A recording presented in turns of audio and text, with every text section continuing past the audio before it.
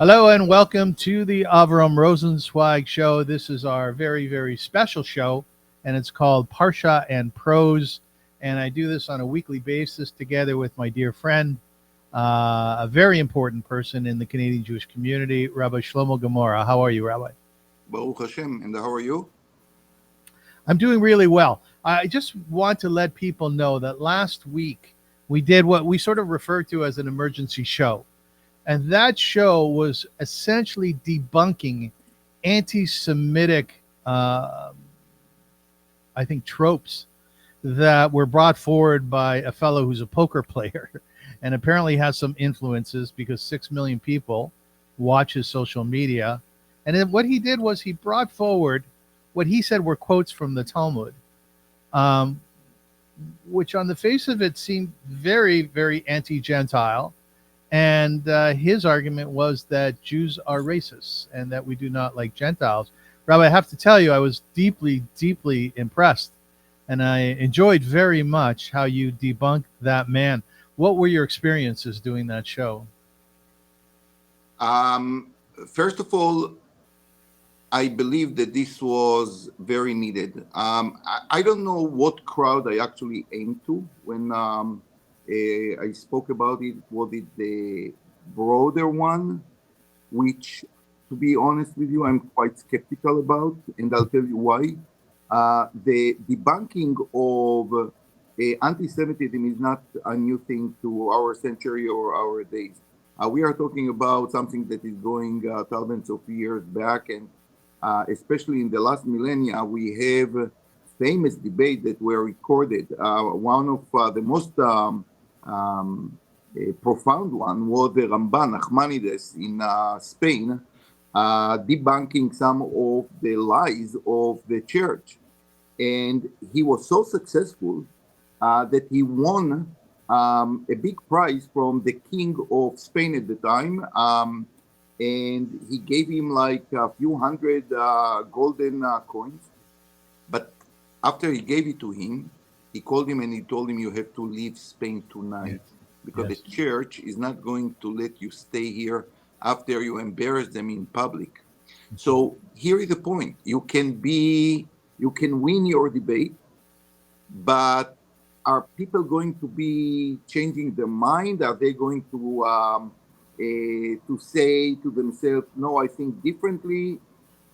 I'm not sure. The history teaches us that sometimes people stick even more to what they believe in. But I would say that as a Jew, I think to myself, well, what would happen if I would see this quote for the first time and not asking questions? I will take it as the truth. These are the quotes. What will be my reaction? And unfortunately, and I think that it's really unfortunately, many Jews were never exposed to the Talmud. And I want them to know that Talmud is something so great and needs to be learned well that I really put my heart, soul, and every cell in my body to try to explain this and to tell them what you see on the social media, even if it was spread and retweeted hundreds of times, can be still one big lie. And I hope that somehow I was successful doing it. Well, I have to tell you something. As an individual who's been on radio and television for many years, I thought you were fantastic. You were on fire.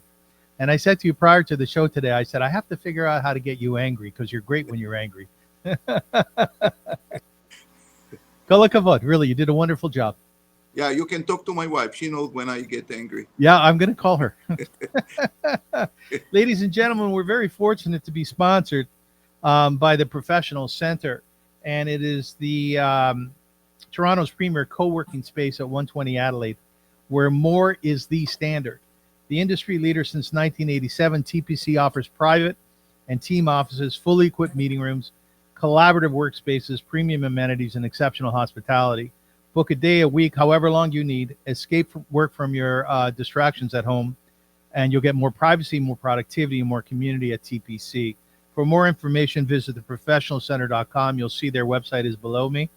And if you use my name, AVRUM, Avrum, you'll get 10% off private offices and meeting rooms. It's a very cool concept.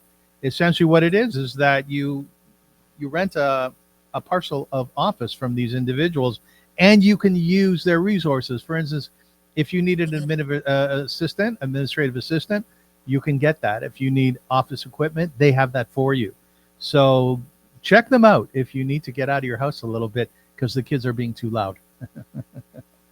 Rabbi, last week we talked about perhaps filling in our viewers and those who watch our show with some contextual stuff having to do with Torah and Judaism. One of the things that came up that we discuss, and this comes up regularly, if you're having a Torah discussion, there are a few buzzwords that come up continually. One of them is the midrash. You will hear from Rabbi Shlomo Gemara, the midrash says.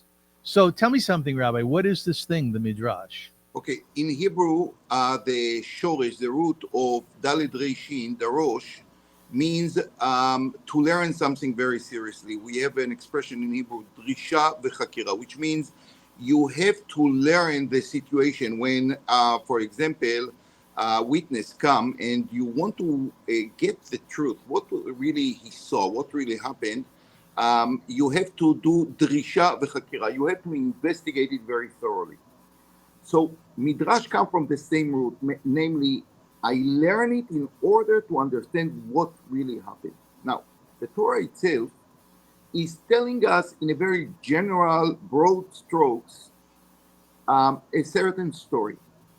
But when you try to apply the story and try to imagine the details of the story, what initiated it, what caused this person to disagree with the other one, what pushed Abraham outside the place where he born, because you find, for example, that Lech Lecha, the commandment to Abraham to leave his homeland, is actually after he already left the place where he was born. Yes. And the Torah itself does not tell you why he left in the first place, and then God, after he found a place apparently in the northern part of Israel, told him, no, you have to continue your journey. This land is going to belong to your children. So the Torah does not say a word. And our sages try to find all kind of hints in the text, sometimes in place, sometimes in a chapter before or after, to tell us what really happened. Mm-hmm. And the midrash is actually connecting dots that when you look at the first time, you don't see any picture, you don't see a pattern. And our sages, with their great sense, first of all, to see these problems in the text. Second, to understand that there is a story that the Torah wants to tell you, but the Torah leave it to you because the Torah wants us to learn it, not just to read it. They knew how to find in every story the hints and the meaning that the hints are going to give you. That's basically the midrash. So midrash, to summarize it, is learning a text in a very thorough, very thoroughly and in depth. So this is for the definition. Are they real? Are the stories in the midrashim real? Well, that's a great question, and I don't think that I can answer it on regel achat, like in a very short time. I would say that they are attempt to get to what happened. If it happened exactly this way or not, I am not sure.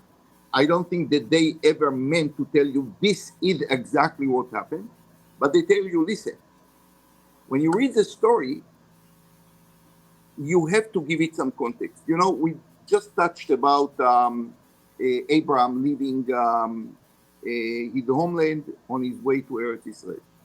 So we know about the commandment, but, you know, in a simple reading, it looks like Abraham left his hometown because God told him. But if you just read one chapter before, you see that Abraham and Terach, his father, and his entire family left before. Mm-hmm. Now, our sages ask themselves a very simple question. Like here is a successful person moving his family from one place where he grew up, where he had a status, and he goes to another place. What happened here? And the Torah does not say a word. I believe that what happened next was the following. Our sages asked themselves, what can push a successful person from one place to another with his family to uncertainty? You don't know what is going to happen. Even then, every place had these rulers and rules and citizens. And one of their conclusion, I think quite reasonable, was that apparently he was forced to leave. Here comes the person of ideas, and what kind of ideas? That actually there are no gods, there is one God who is above every human ruler. And guess what? They knew from their own experience and from history that people like this who bring new and fresh and contradicting ideas, they are expelled, if not more than that. They are exiled in the good case or being executed in another one.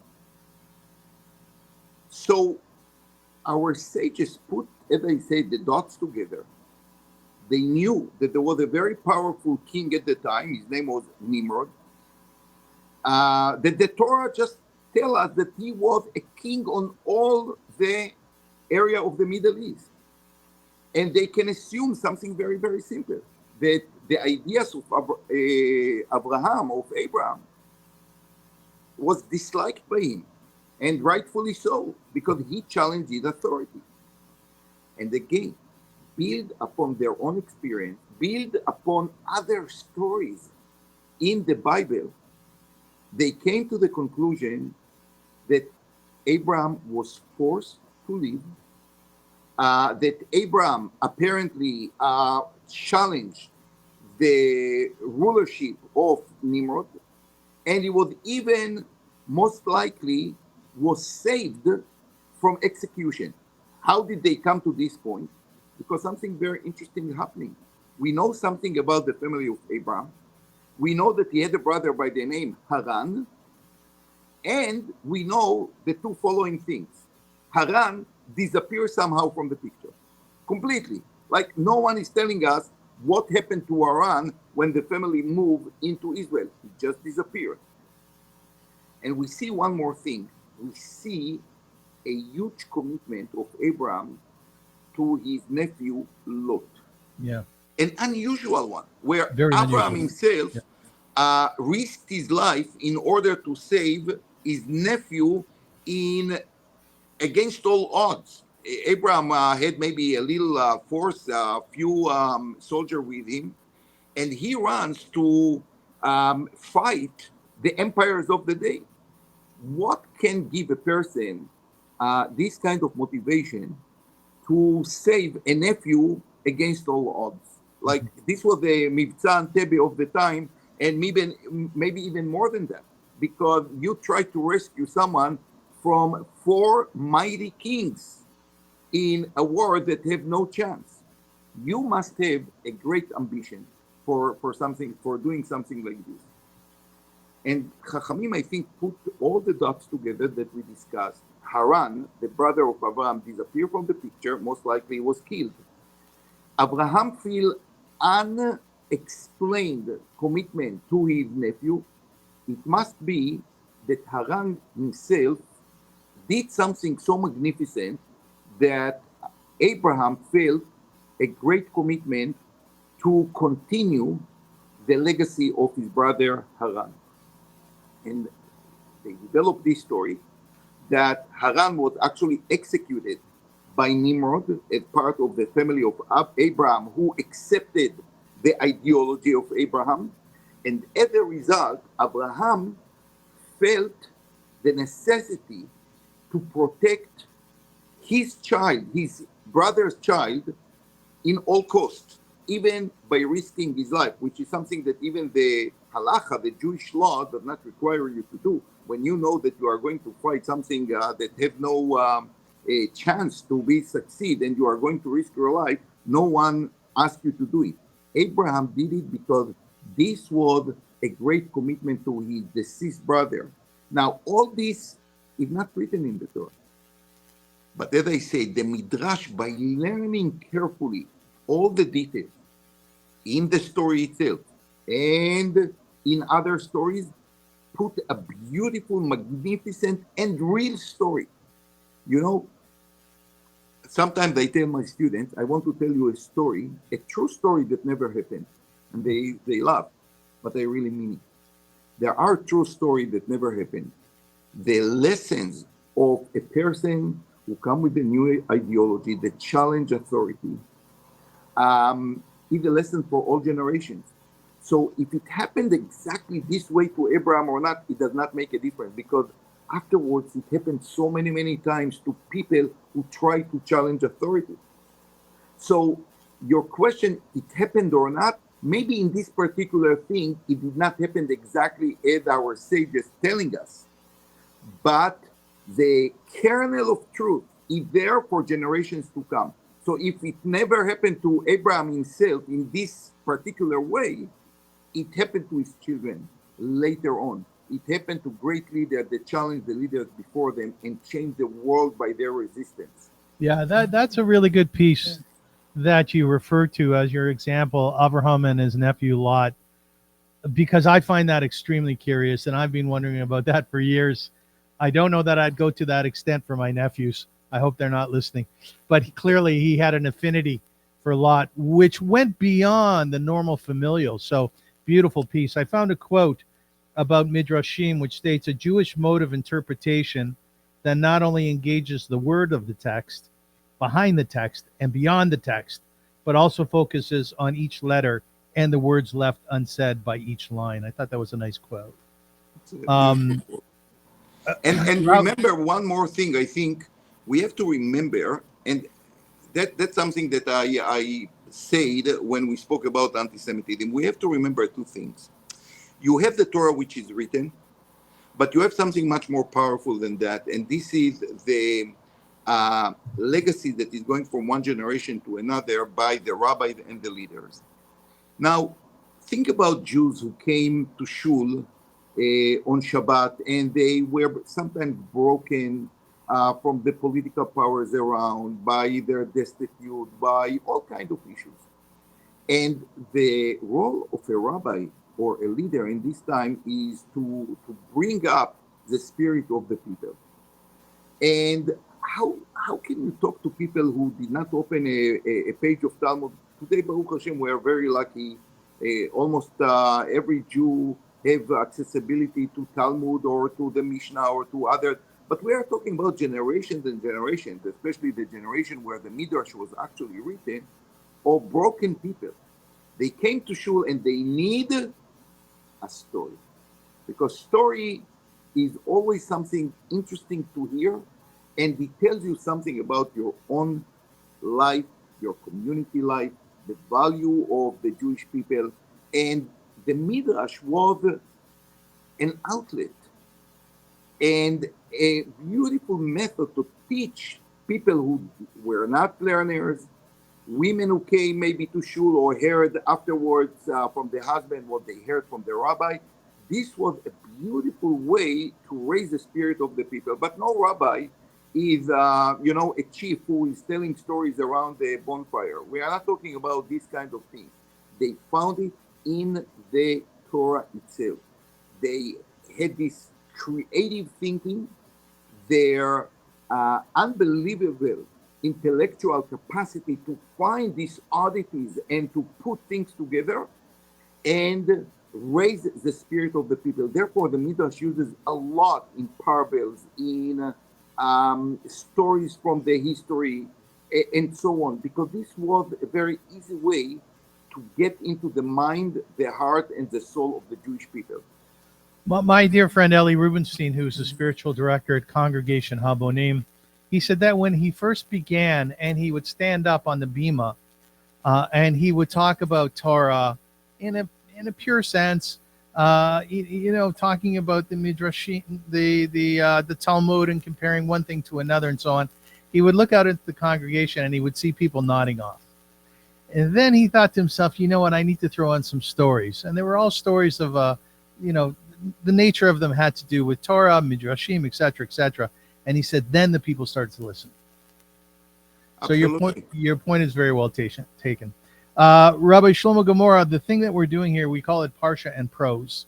And the idea is to learn the portion of the week and to do it through the lens of classic literature, or we've even been speaking about doing it through great symphonies.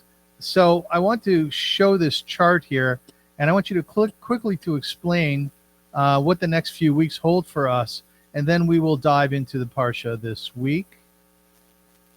Okay, so it really took me some time to find, as I said, great literature talking about topics in our Parsha. So today we are going to talk about false prophets and false influencers, something that I find very important these days.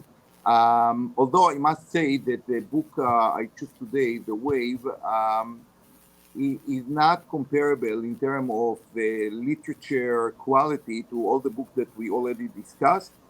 And we are going to discuss. But I found it very, very important to our days, especially in light of what we discussed regarding anti-Semitism. Next week's Parsha is a classic, To Kill a Mockingbird by Harper Lee. I'm sure that many of our listeners, they read it maybe in their high school. I find it a fascinating book, and the idea why I connected it to Shoftim is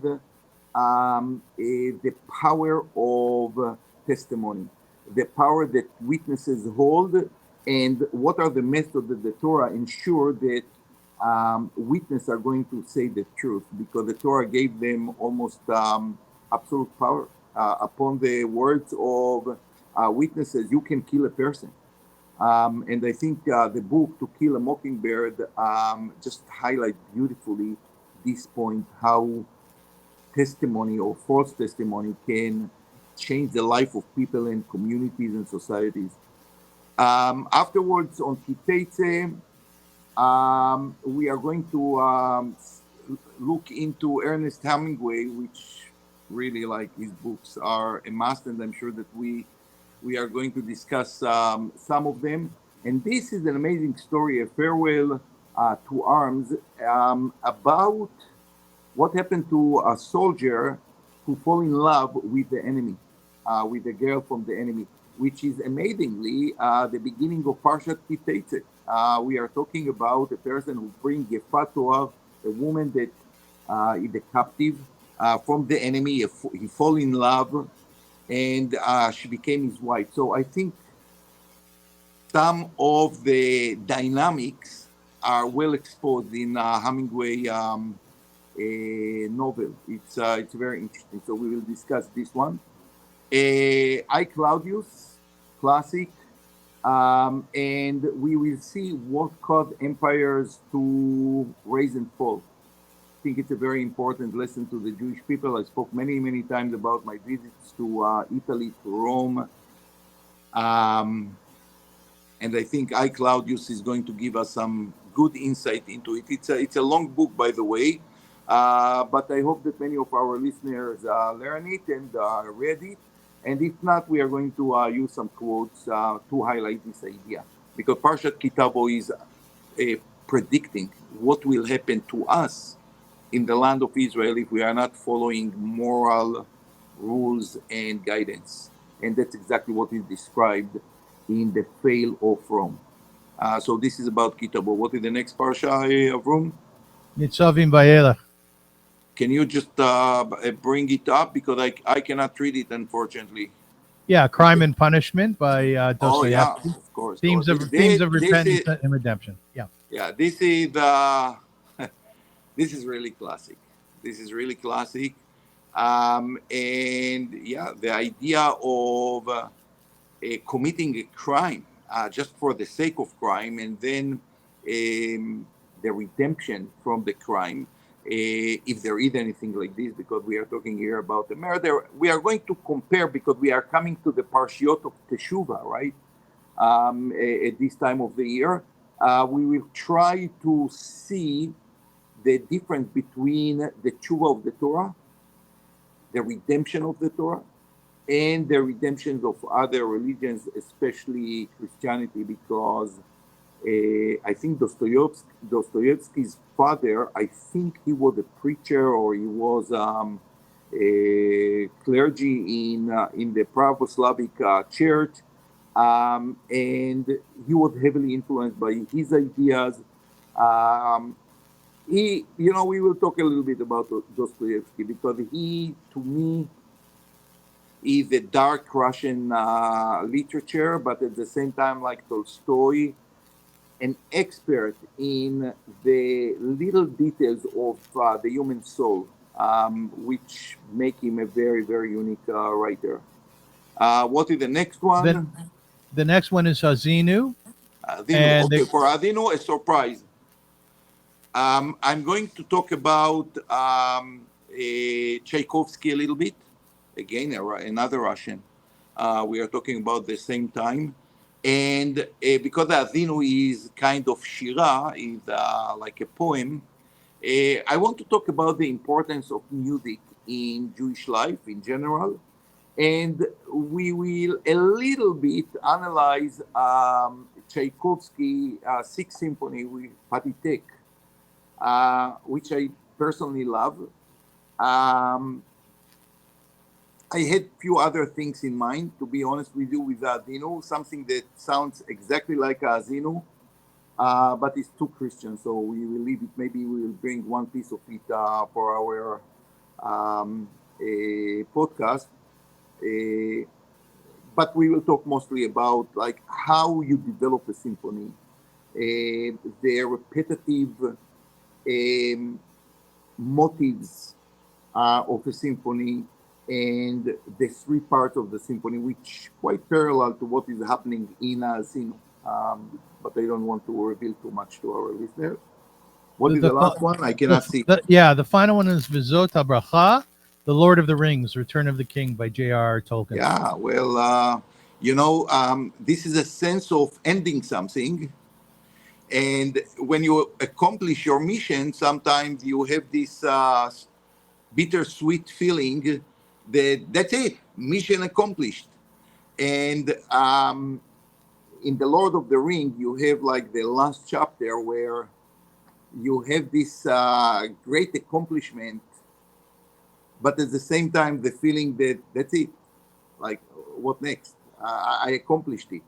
And in our tradition, you think you accomplished, you start right away the new book of Bereshit, and there is no accomplishment that is final. Every accomplishment is just a boarding step for the next accomplishment. So we will talk a little bit about this one. And listen, The Lord of the Ring is. Did you read it? It's really interesting, and I think it takes many ideas from the Bible, from the Jewish people. Nice job on that chart. Excellent job, and well explained. We are now approaching our second half hour. I think it's very important that we give a contextual understanding of what we're trying to do here for those who are interested. But what I will do is when I post the show, I will post also the time in which we begin our discussion around the Parsha vis-a-vis classic literature. So if you want to dive right into that, you'll have that opportunity just to skip forward. Ladies and gentlemen, today we are discussing Parshat Re'eh, and once again we are doing it through the lens of the book The Wave. The portion of the Torah called Re'eh, which is in Deuteronomy 11:26 to 16:17, contains a series of laws and ethical teachings given by Moses to the Bnei Yisrael as they prepare to enter the Promised Land. Re'eh, which means to see or behold, begins with a declaration of blessings and curses that will follow depending on whether the Israelites adhere to God's commandments or turn away from them. The portion emphasizes the importance of obedience to God's laws, outlining the rewards for faithfulness and consequences of disobedience. Some of the key themes include choice and consequence, centralization of worship, dietary laws, charitable practices, festivals, and we are going to focus a lot on false leaders, individuals who rise up proclaiming to be holy, claiming to be a god, a pharaoh, but in fact the Torah tells us beware. Now, the book that we are discussing today as well it's called The Wave. Give me 1 second here. It's a tremendously frightening book. It was written by Morton Rue. His pen name was Todd Strasser in 1981. It's a novel that explores themes of conformity, power, and group dynamics through a fictionalized account of a high school experiment gone awry. The story follows a high school teacher, Rainer Wenger, who is leading a project on autocracy. To illustrate the effects of totalitarianism and the dangers of groupthink, he creates a simulation called The Wave, which starts as a simple classroom exercise. The experiment quickly spirals out of control as the students embrace the authoritarian group dynamic, adopting rigid rules and a very strong sense of community. The wave's influence grows, leading to increasing aggression and control, ultimately threatening the well-being of students and their relationship. As the movement becomes more intense and as it becomes more oppressive, Wenger struggles to regain control and confront the unintended consequences of this experiment. The film explores themes of power, conformity, and thin lines between social order and chaos. I had a very hard time. I watched the movie. I hadn't read the book. I had a very, very hard time watching it, Rabbi. It was so painful to me to watch. The truth is, that I said before, this is what I consider tier 3 literature. It's not, certainly it's not the book that we discussed before, but the reason why I wanted to discuss this one and not, for example, The Secrets of History, which is also talking about this kind of things, and it's much more classic, is number one, because I myself a teacher in a high school, and I could understand very well the dynamics of the book from my own experience. So this drew my attention, number one.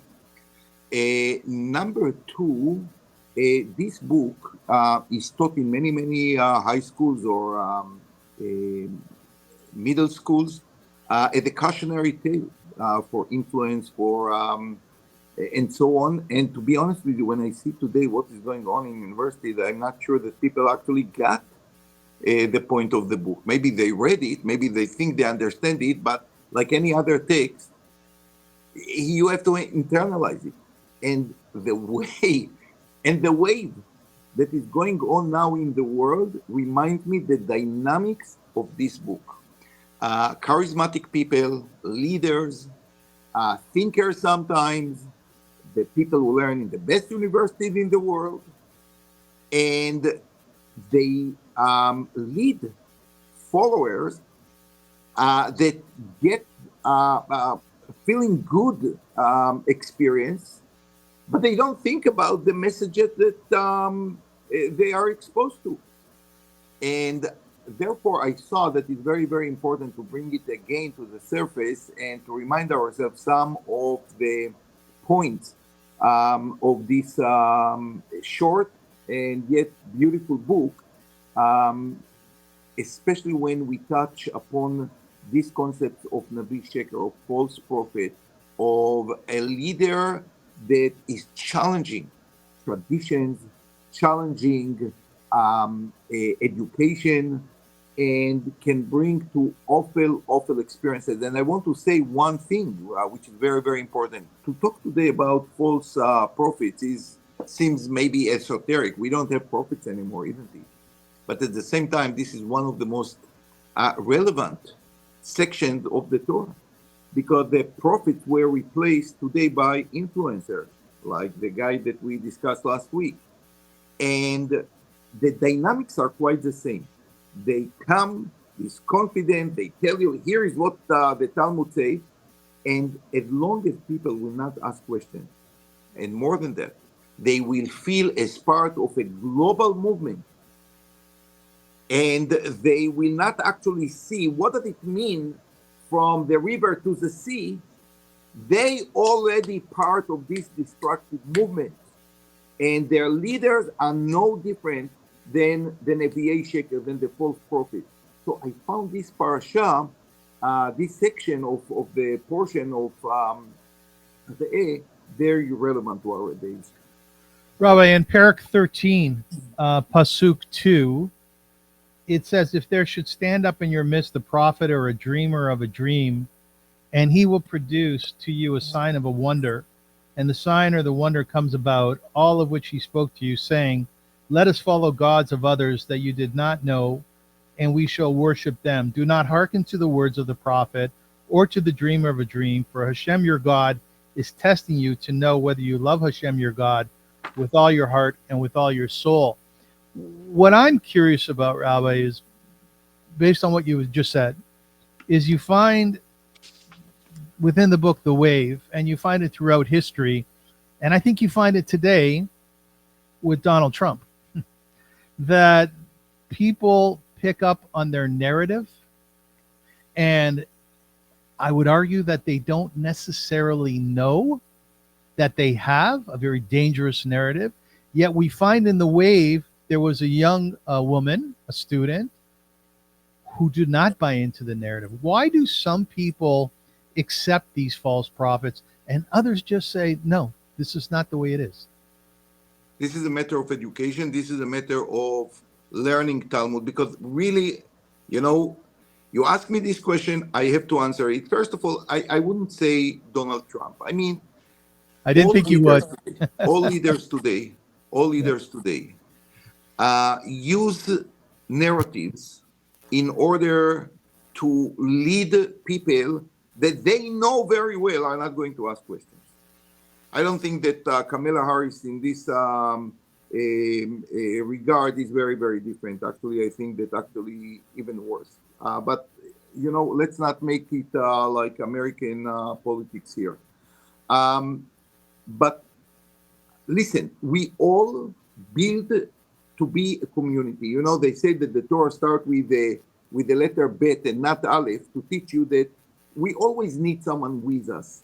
Now, people feel good about being a part of a greater movement, a story that is bigger than themselves.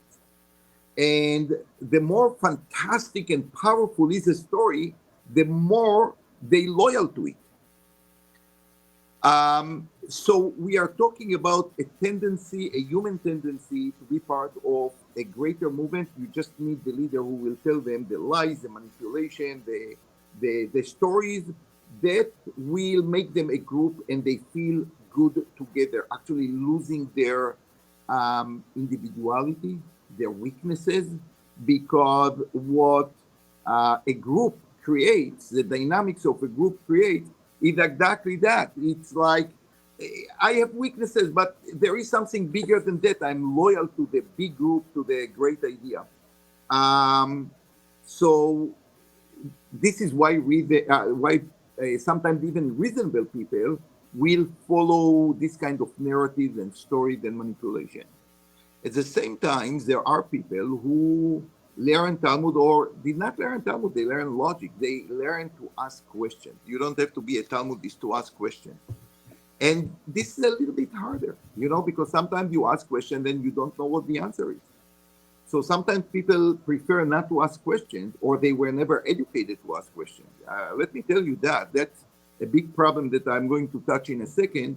And they doubt charismatic leaders because they don't look at the leader. They look many, many times on the messages, and they find the messages inappropriate, not exactly the way they think, and they challenge it.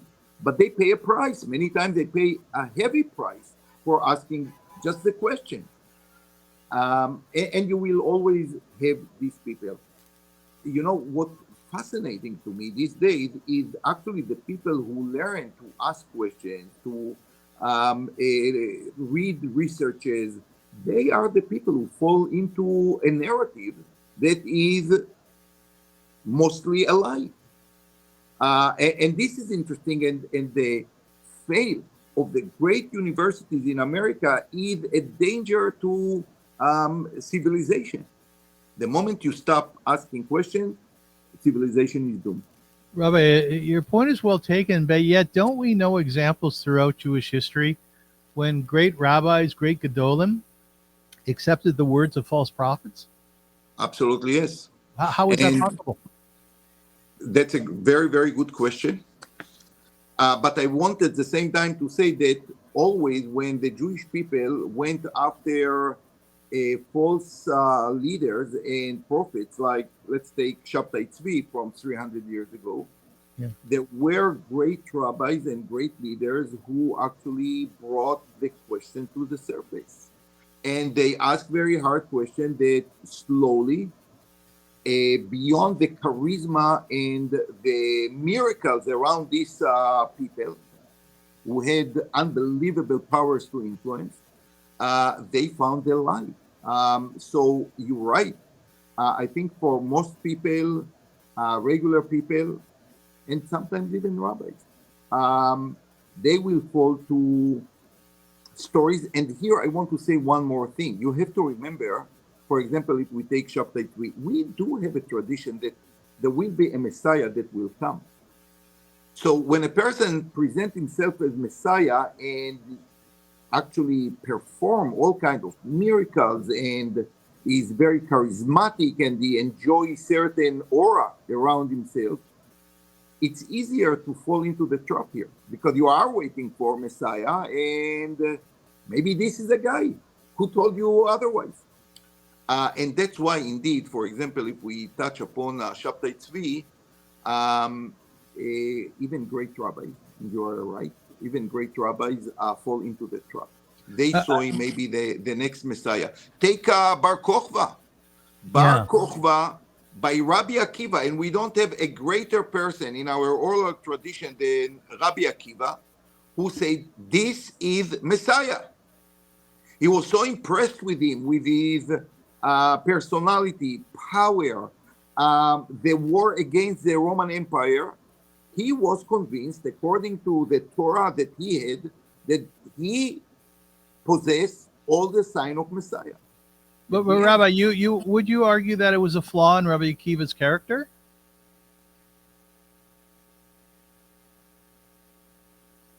This would be a great for me to criticize a person that I think is a symbol to every good thing in the Jewish history.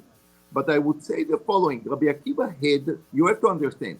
If a person tomorrow comes, Avrum, let's say that you are going tomorrow to Batas and Shepherd and say, I am the Messiah. There might be some people who will follow you, but I'll tell you what I am going to do. I'm going to open the Rambam just behind me and to see if you have the signs that we have. The Rambam will tell you what Messiah has to be like. He has to fight wars. He has to be a righteous person who is going to convince the Jewish people to follow the Torah, and so on and so on. And you know what? I like you very much, Avrum, but I don't think that you possess the character of Messiah. So I will say, Avrum, find a good shrink. You know, this might be better. I'll be completely honest with you. No, be honest. Thank you for the advice, Rabbi. But Rabbi, I don't know. With all due respect, I think you're skirting an issue here. You said the way not to fall into the trap of the false prophet or the false leader is through education. Rabbi Akiva was educated more than most people throughout history, yet he fell into it. And again, for a good reason, because indeed Bar Kokhba possessed some of the main important signs that we have in Messiah. He was a great warrior. He united many people around him. And according to this narrow spectrum, Rabbi Akiva was sure we have here a Messiah. His friends, we must say, they saw the bigger picture. And they said, with all due respect, Rabbi Akiva, he's not Messiah. One of the Chachamim said, you know, when hair is going to grow here, then Bar Kokhba is going to be the Messiah. So again, like any other debate in the Talmud, and here we're talking about a historical debate, no one comes with ideas which are just, you wake up in the morning and have some ideas. You must find it in the Torah itself. And the Torah itself describes the Messiah in the Parsha of Avinu, Darach Kochav miYaakov. Like there will be a superstar who is going to rise and to fight the enemies of Israel. Upon this pasuk, Rabbi Akiva came to the conclusion that, you know what, maybe could materialize itself that Bar Kokhba will be Messiah. What was the problem of Bar Kokhba? Bar Kokhba relate his success to himself. It might be that if he would be convincing the people who followed him that God is the leader, he just, helped to fight the wars, maybe he would be a Messiah. The Messiah is not someone who comes with a big mem of Messiah on his forehead. He's someone who is doing things that the Messiah is supposed to do. And listen,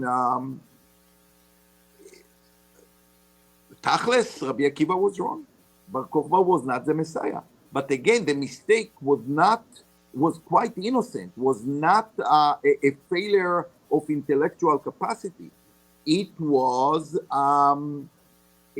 unfulfilled signs of the Messiah that Rabbi Akiva focused on a very narrow spectrum of the phenomenon that we call Messiah.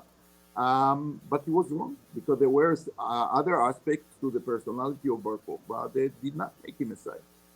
Yeah, and I think the outcome of this is that we have an obligation to question our leaders. And I would argue very strongly we have an obligation to question our rabbis too. Absolutely. And here is the point. Here is a very, very important point that I alluded to before. When we raise our kids, we don't want them to challenge our authority. And sometimes we have to say, you do it. Why? Because. Why? Because I told you so. Yeah. So if you are too successful in it, then you ruin the life of a child. Because if he's going to be just someone to obey everything, the moment he's not going to be your son, he's going to obey to other people. And some of them are going to be very bad people. Good okay? point. So here is the point. You have, on one hand, to draw clear borders. At the same time, to develop a self of critical thinking. So doing the two together is not very simple. And you talk about leaders, about rabbis, I agree. I know teachers or rabbis that ruin the life of their students. And it's very, very dangerous. Because you have charismatic teachers who will instill all kinds of ideas in the mind of their students. And they will suppress challenges of questions of critical thinking. And you can ruin the brain of people. You know what? I do believe that today, many, many students, even in the best universities, are not able to ask serious questions. And this is, as I said before, this is so, so sad because I would expect academic institution to follow Socrates, the great philosopher. What was philosophy all about? It was about asking questions. And today we have a new culture of canceling culture, of if you just even side with one side of the map, you are canceled. You are not going to be invited. Your articles are not going to be published. You are not going to be invited to give lectures. You are canceled. And obviously, people like this are very susceptible to Nevi'ei Sheker, to a false prophet. And a false prophet today can be a dean or a president of university, the teacher in the university, and so on and so on. Rabbis included.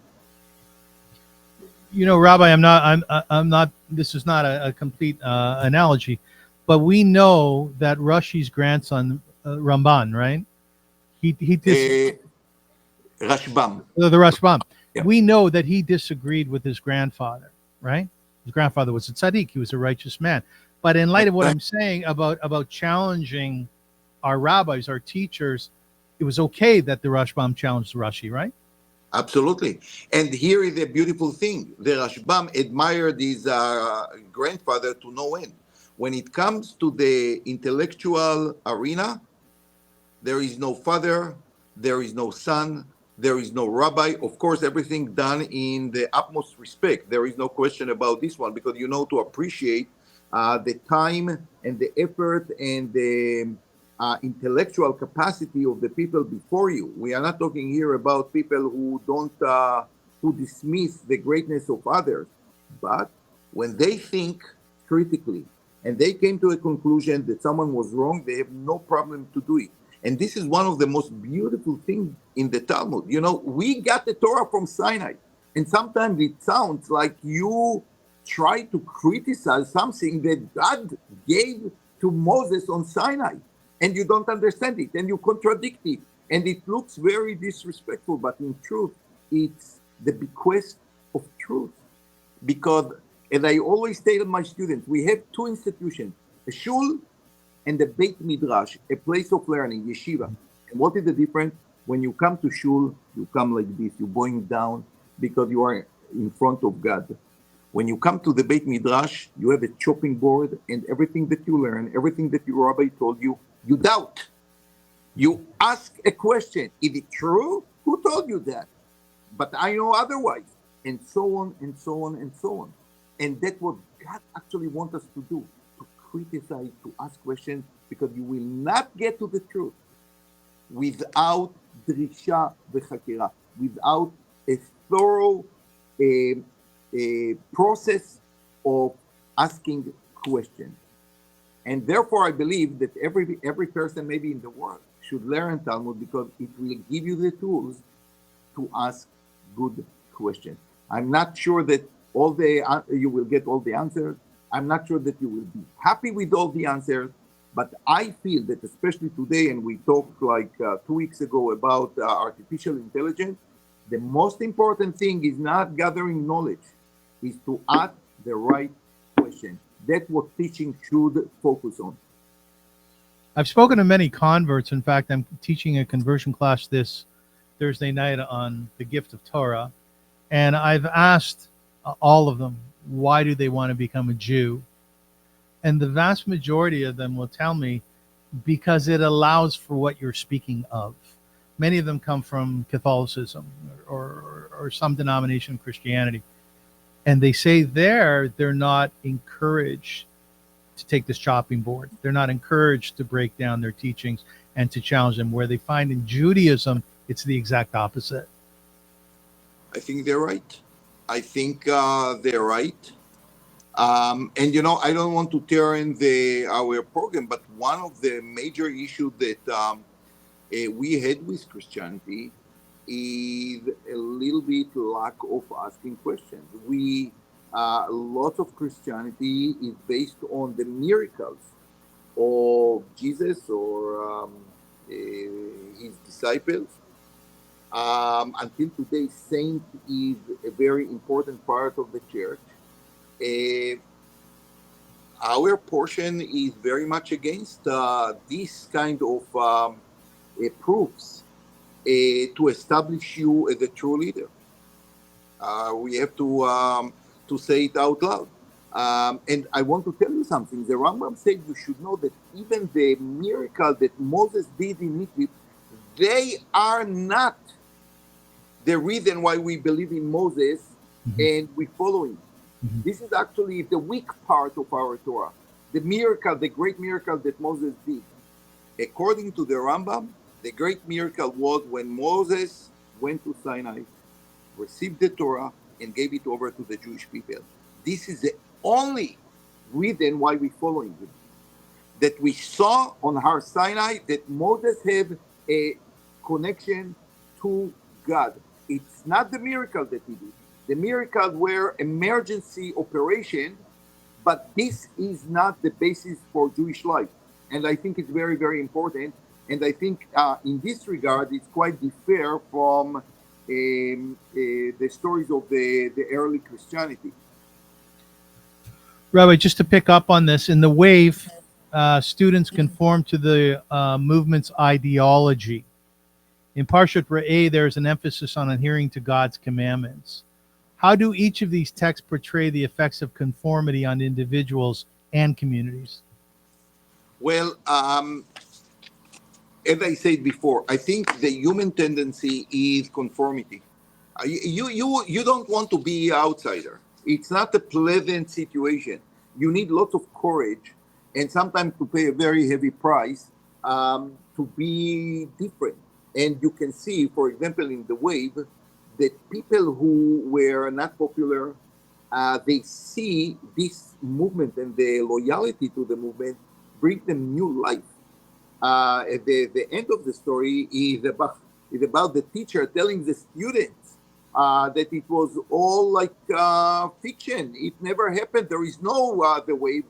And one student cannot take it. I think his name was Robert. He cannot take it because for him it was everything. He gained popularity, became like a ringleader. So And he killed himself, right? No, not in this story. He just he lost the taste of life because from being very unpopular, he became very popular. By the way, killing himself, I think you are talking about the secret of history because there, indeed, one of the students were actually killed. Another one committed suicide. So it could lead, at the end of the very story, it was more the teacher just reveal the truth and the student is completely broken because the conformity gave him such unbelievable power that he never experienced before. The Torah is afraid from power. And you know what? I'm going to say something which I think is quite harsh, but I believe it's very, very true. If you learn Tanakh, the 929 chapters in the Tanakh, I think if I have to take one theme, central theme to the entire book of all the books in the Tanakh, the 24 books of Tanakh, of the Bible, is struggle against using or misusing power of human beings. That's it. If you take Shmuel Aleph and you take Melachim, the kings, you take obviously Isaiah and Jeremiah, they all talk about the corruption of power and the decay of morality when people are misusing their power. And it starts from the very beginning. God gave an ideal world, and from there on, it's deterioration. We are going to touch upon it when we read the book of Genesis to learn it together. So the Torah had a very clear idea about the need to be individual. And conformity is important, but for only one reason, to serve the community that's serving God. When a human ruler, if it's a king, if it's a prophet, if it's any other leader, trying to take power to himself and to present himself as an alternative to the morals of God, the Torah is very, very harsh about it. Very harsh about it. It's an interesting discussion, and we could probably speak about it in an entire show about the collective versus the individual within Judaism. There's a lot to say about that. The consequence for those who challenge the wave. And again, this was a movement that a teacher started. It was an experiment. Or its rules are depicted in the novel. And they're very harsh if you went against them. Parsha Prose discusses the consequences for disobeying God's commandments. How do each text portray these consequences, and how do they reflect their underlying message about authority? Well, authority is important, as I said before. If you have no authority for a teacher in the classroom, to a parent at home, to a leader for his people, you lose the very basic fabric of society. There is no question about it. And listen, sometimes you don't want anarchy. You don't want Antifa on the streets of Toronto or any other place. Anarchy is very, very dangerous for the life of people. We are not talking about small things here. when anarchy erupts, you are going to get bloods in the streets. There is no question about it, because we saw it all over in history. But the Torah always, as I said before, is very concerned about an authoritarian person who takes too much power and use the power against other people. He can bully them. He can turn one group against the other. And the Torah, on one hand, give a king, for example, or a ruler, lots of authority, depends on his responsibility. But once he tried to take it to direction which will oppose the morals of God, you have to get rid of him. There is no like middle ground here that, God on one hand, the other one is just like one mitzvah is telling you, don't do it. I have a different idea. The Torah is very harsh about it. And this portion says clearly, like Navi Sheker, you have to kill him. A person who take a city and try to convert it to things which are against the rules of God, you burn the city. You burn the city. Now, our sages say that it never happened in the history of the Jewish people, and I believe them. But the Torah many, many times want to show you the severity and the ability of entire city or entire tribe or area to turn against the authority of God. And the consequences, in theory, should be the harshest. You know what's fascinating is that in Tanakh, we actually learn that the Jewish people wanted a king. They wanted to be led by royalty. God comes along and says, through the leadership at that time, God says, you don't really want a king. A king will come, they'll take your land. They'll take your children, though, their sons, and put them in the army. And I always found that to be a fascinating text, because despite the fact that we have many kings throughout history, it's not the best form of leadership. And indeed, the Torah, when talking about a king, the Torah does not say clearly, like in affirmative way, you have to appoint a king.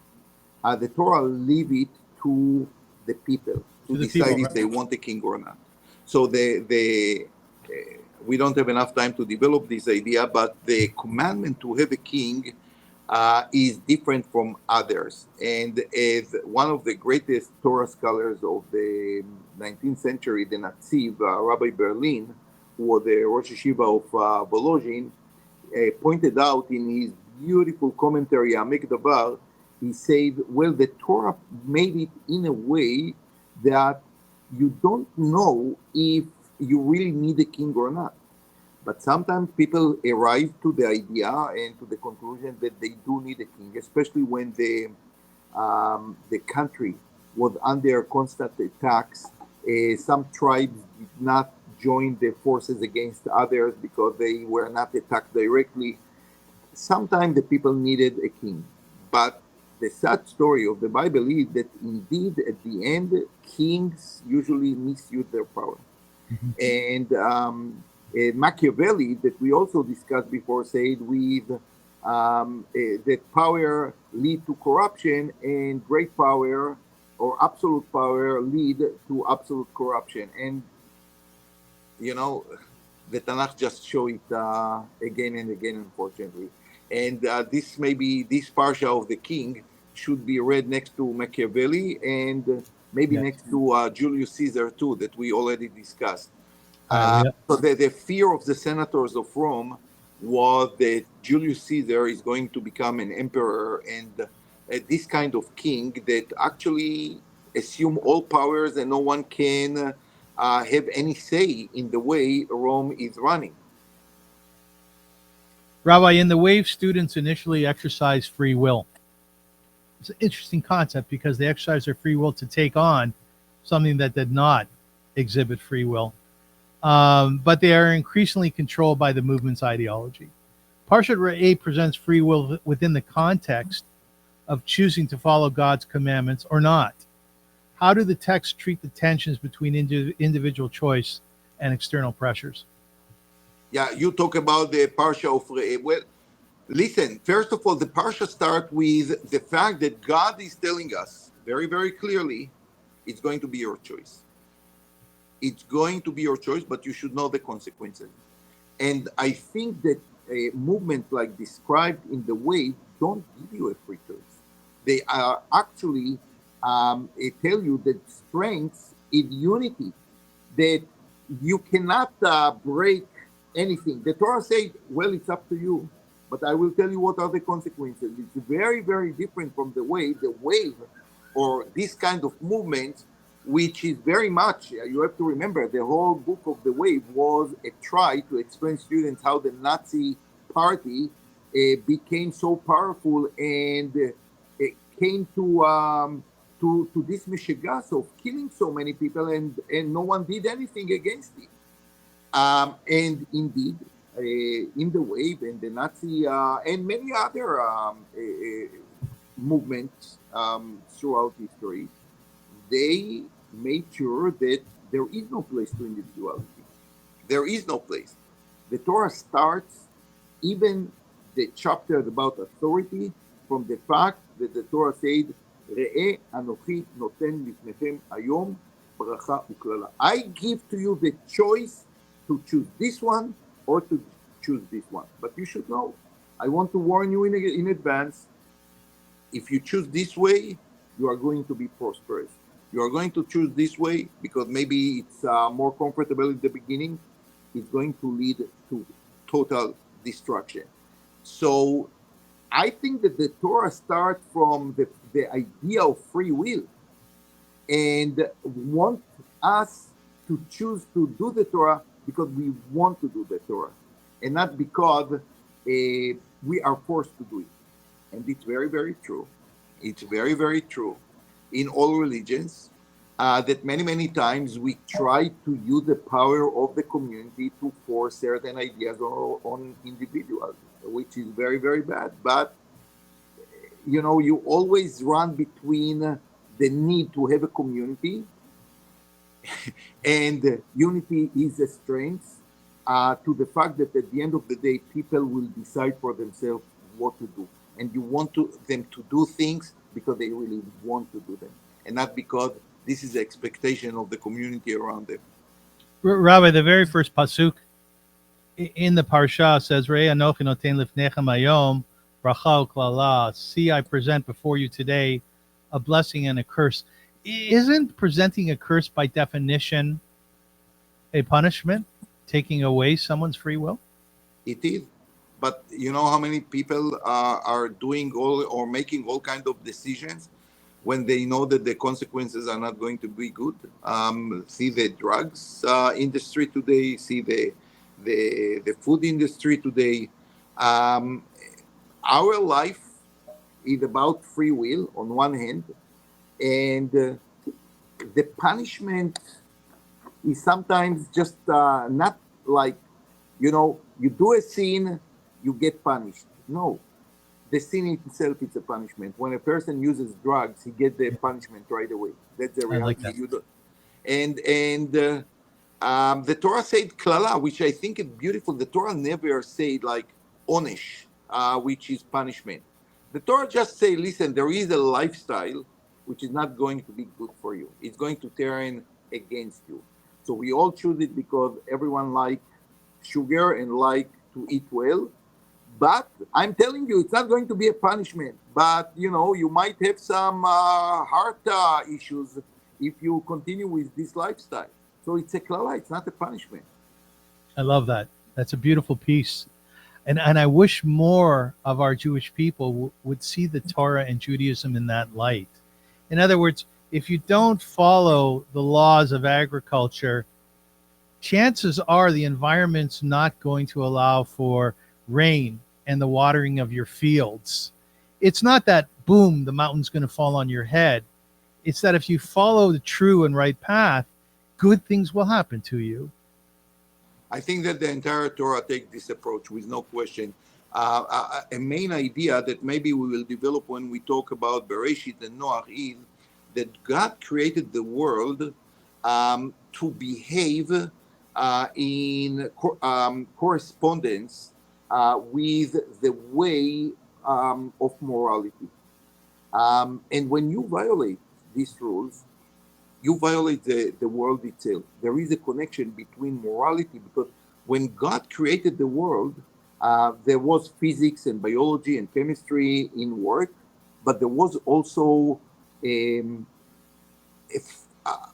a major part. It all come to answer moral behavior. So when you are not moral, as you say, when you mistreat the environment around you, there will be a response. If Eretz Israel, which is a land that was given us by God, if you are not going to keep the law, if you are not going to not working on the seventh year, if you are not going to keep Shabbat in the Holy Land, then there will be consequences, and it's not punishment. It's just the land cannot contain this kind of behavior, because God created the land corresponding with moral behavior. I love that. Beautifully said. The last few shows I've been dabbling a little bit in artificial intelligence, as you know, and we had a discussion around it. I asked ChatGPT if it could create a poem comparing the pursuit of individuality versus adhering to the collective will. Would you like to hear it? I love to hear it. Okay. The dance of self and collective. In the quiet of a solitary night, where stars drift free in boundless flight, a soul whispers soft, untamed and bright, a beacon in the darkest night. Yet dawn arrives with chorus grand, where countless voices fill the land, a tide of hearts that hand in hand conform to an unseen command. The solitary spirit dreams, unbound by common threads or schemes. It walks through life in vivid beams, defying all the standard themes. The collective sings its song, a harmony where all belong. In unity they march along, where each note blends into the throng. Individuality, a spark so rare, a fire that dances in the air, yet often finds its flame laid bare when faced with many who don't care. The collective, vast and wide, gives strength to those who choose to bide. In numbers where their hopes abide, in common dreams they find their guide. Yet danger lurks in sameness pure, where voices merge and lines obscure. The edges of a soul's allure, in unity their spirits blur. So walk the path where you are known, but also where the seeds are sown. For both the self and group have grown to shape the world in shades and tones. In balance lies the truth profound, where individual hearts are found, and collective voices sound, together yet in freedom bound. What do you think? Wow.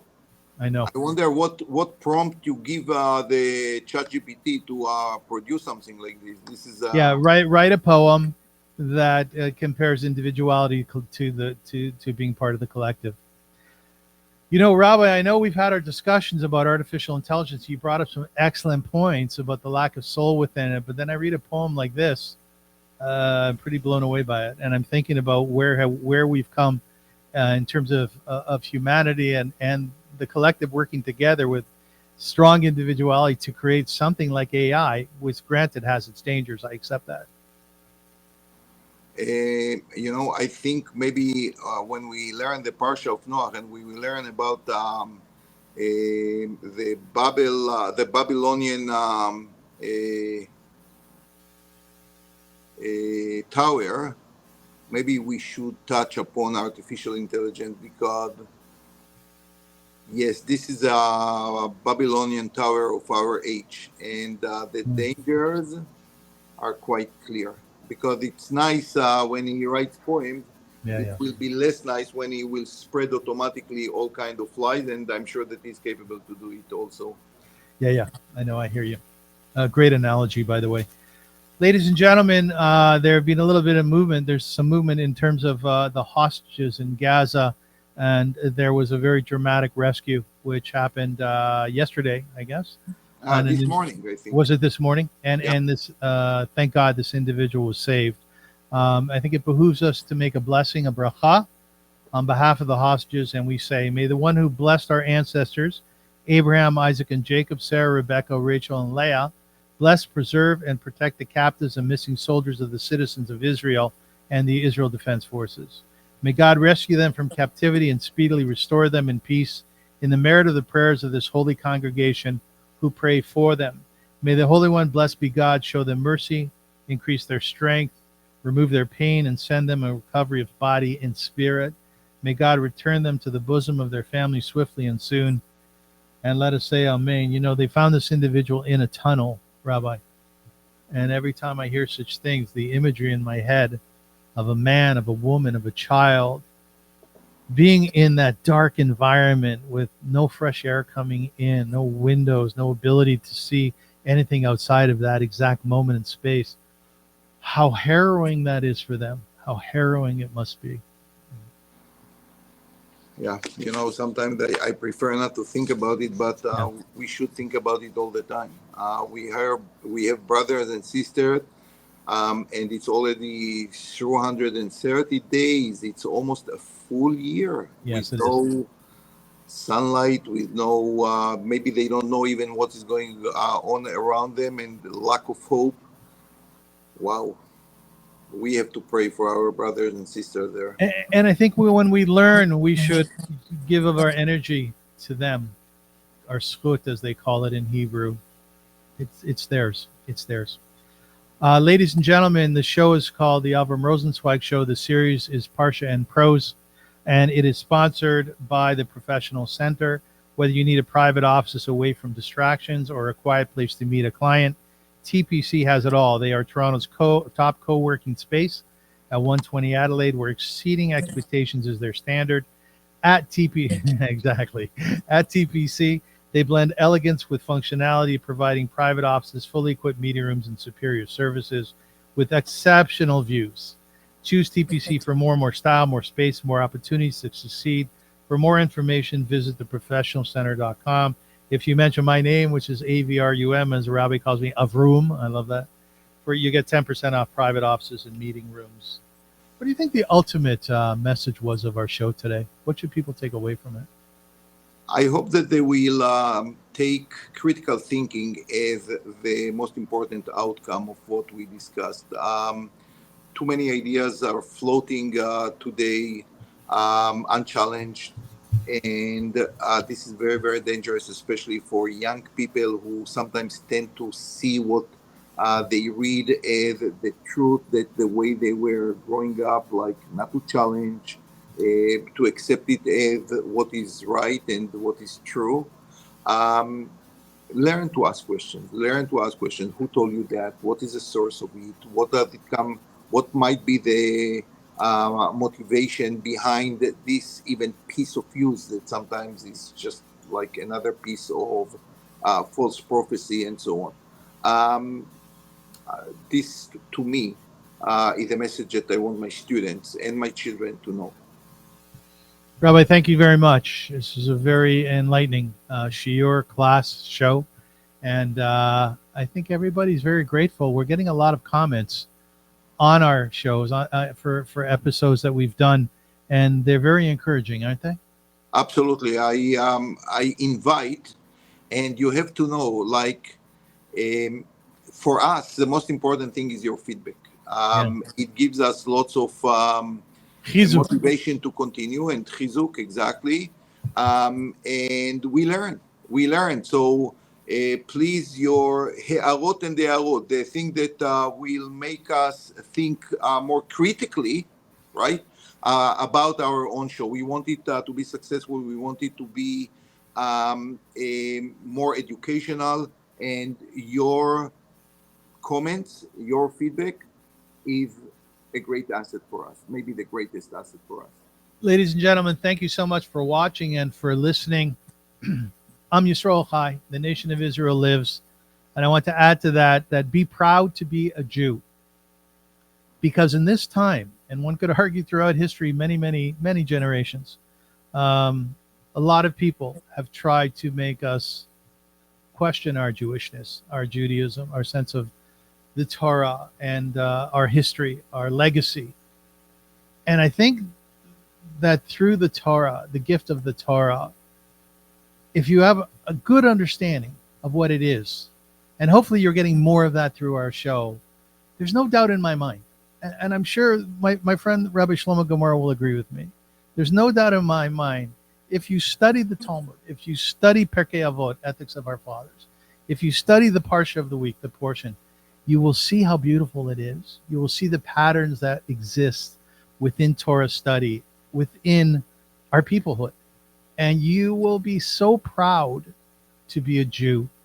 I really started focusing on Torah study more so 4.5 years ago when Daf Yomi began. That's learning a page of Talmud every single day. And my pride as a Jew is greater than ever before. And I'll tell you something. The more people try to put us down, the more anti-Semites there are out there, like this fellow whom we spoke of last week, I just feel stronger. Rabbi, you concur with that? Absolutely. And I want to say one more thing. I see that we already exceeded our time. We did. It says about Moshe Rabbeinu, about Moses, that he was kvad peh and kvad lashon. He was not a good speaker. And I think for a very good reason. God wanted a messenger that will not be charismatic and a great speaker, and people will follow his charisma. God wanted the Torah itself to talk to us. And therefore, even if you are upset with a certain rabbi or with a certain person, just put it aside. Learn the Torah itself. The Torah contains so much power, so much wisdom, that regardless who told you or who talked to you or who is your rabbi, and most rabbis are really wonderful people, but the Torah itself has a magnificent power to influence and to enlighten the life of everyone. You know, Rabbi, we're a bit like my mother, God bless her soul, because she could never say goodbye. Okay, maybe we have to have it like live, like all the time. When we're going to classic music, there are some channels who are giving you like non-stop, like Beethoven, no stop Mozart. So maybe we have to do something like this. Yeah, and in that light, remembering my mother, again, God bless her soul, you commented on Moshe Rabbeinu, who is not a speaker, good speaker. But I will say that these parshiot that we're learning right now, I think that it reflects his development as a teacher, as an orator, right? Because these speeches are brilliant. I told you last week for my shir that I'm going to ask the Talmidim, the students, to read the entire Parsha, of which we did, and we were all deeply enamored by Moses' oratorical abilities. So, and you know what is interesting? When Moses is introduced in the Torah, he says to God, Lo ish dvarim anochi, I'm not a person of words. And how the first pasuk of Sefer Devarim start, Eile hadvarim asher diber Moshe. You see the transformation in a person who starts like a person with no words, giving the most influential words ever to his people. So we are talking here about transformation too. Very good. Ladies and gentlemen, once again, thank you for watching. Thank you for listening. We look forward to being with you very soon. Shabbat is a few days away, but have a beautiful Shabbat. And right now, Shavua Tov. And as we say in Yiddish, in the vernacular, Sei gesund, go in peace, go in health. I'm Yisrael Chai. Thank you.